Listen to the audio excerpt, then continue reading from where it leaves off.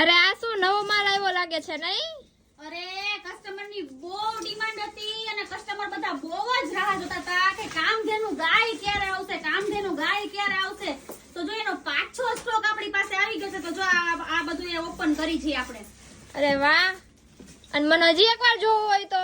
અરે બતાવું જ ને, બહુ ડિમાન્ડ છે. આમ આપણે આટલું વેચી છે ને એમાંથી બધામાં આપણી હોટ સેલિંગ હોય ને તો જો આવડી આઈટમ છે. હું તને એક પીસ ખોલીને બતાવું. જો પેલા તો છે ને જો આવી રીતના બોક્સ મળવાનું છે બધા કસ્ટમરને. બોક્સ પેકિંગ આવશે બરાબર. જો લોક વાળું બોક્સ.